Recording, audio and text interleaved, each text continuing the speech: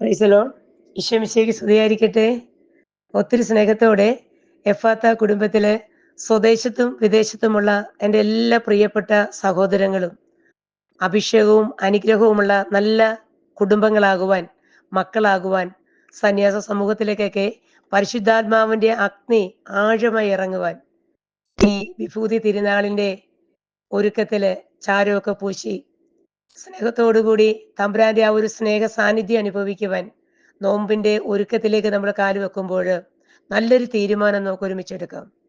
എന്ന് ഓരോ നിമിഷവും ഓരോ ദിവസവും ദൈവത്തോട് കൂടെ ആയിരിക്കുവാൻ, എത്ര തിരക്ക് പിടിച്ച ജോലിയിലാണ് നമ്മൾ ഇടപെട്ടു പോകുന്നതെങ്കിലും ആ ചെയ്യുന്ന ജോലി മേഖലയിൽ ദൈവത്തിന്റെ ദൈവികമായ സാന്നിധ്യം അനുഭവിക്കുവാൻ ദൈവം ദാനമായി നമുക്ക് തന്ന നല്ല ജീവിതങ്ങള്, സുഖ സൗകര്യങ്ങള്, ആരോഗ്യം എല്ലാം തമ്പുരാന്റെ മുമ്പിൽ ഒന്ന് അടിയറ വെച്ചുകൊണ്ട് ഏറെ വിശ്വാസത്തോടെ നമ്മുടെ ഗ്രൂപ്പിനെ സപ്പോർട്ട് ചെയ്ത് നമ്മളെ സഹായിക്കുന്ന ബഹുമാനപ്പെട്ട വൈദികരോട് ചേർന്നും ഒത്തിരി സിസ്റ്റേഴ്സ്, അൽമായി സഹോദരങ്ങളൊക്കെ നമ്മുടെ ഗ്രൂപ്പിനെ സപ്പോർട്ട് ചെയ്യുന്നുണ്ട്.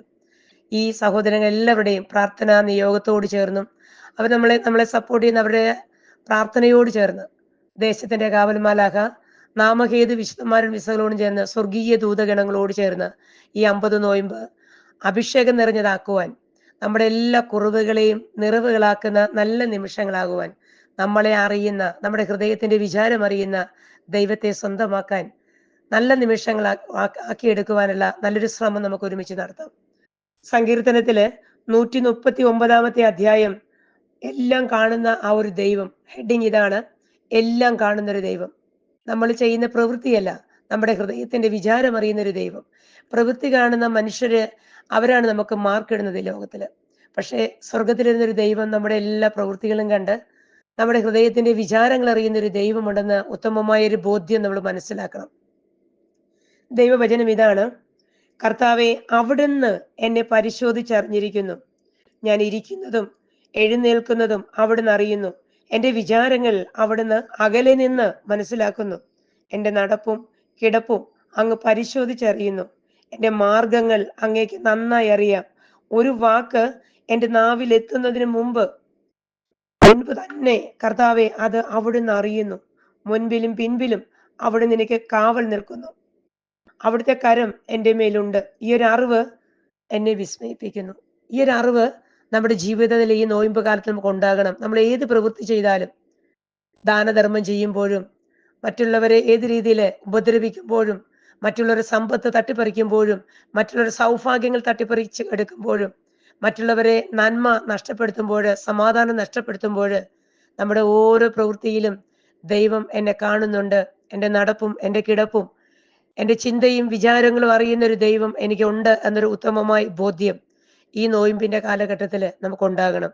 നല്ലൊരു ആത്മശോധന ചെയ്തുകൊണ്ട് നമ്മുടെ ഹൃദയത്തിലെ എല്ലാ വിങ്ങലുകളെയും തമ്പുരാന്റെ സന്നിധിയിലേക്ക് സമർപ്പിച്ച് വിശ്വാസത്തോടും സ്നേഹത്തോടും കൂടി ഈ നോയമ്പിന് നമ്മൾ ഒരുങ്ങുമ്പോൾ നമ്മൾ വേദനിപ്പിച്ചവരെയും, നമ്മൾ മുഖാന്തരം ആരെല്ലാം വേദനിച്ചിട്ടുണ്ടോ, ആരെല്ലാം നമ്മളെ വേദനിപ്പിച്ചിട്ടുണ്ടോ, നമ്മുടെ എല്ലാ സാഹചര്യങ്ങളെയും തമ്പുരാന്റെ സന്നിധിയിലേക്ക് സമർപ്പിച്ചുകൊണ്ട് പിതാവായ ദൈവത്തിന്റെ പിതാവിന്റെ കരങ്ങളിലേക്ക് നമ്മളെ പൂർണ്ണമായിട്ട് സമർപ്പിച്ച് നമ്മുടെ കുറവുകൾ ഓരോന്നും നിറവുകളാക്കുമ്പോൾ ഈ നോയമ്പിന്റെ അവസാന നിമിഷങ്ങളിലേക്ക് നമ്മൾ കടക്കുന്ന നിമിഷങ്ങളിൽ നമ്മൾ വേദനിപ്പിച്ചവരെ ദൈവത്തിന്റെ കരം നീട്ടി ഏറ്റെടുക്കുന്ന നമുക്ക് കാണാൻ പറ്റണം. നമ്മളെ വേദനിപ്പിച്ചവരെ അടയാള സഹിതം കാണിച്ചിരുന്ന ദൈവത്തെ നമുക്ക് കണ്ടെത്താൻ പറ്റണം.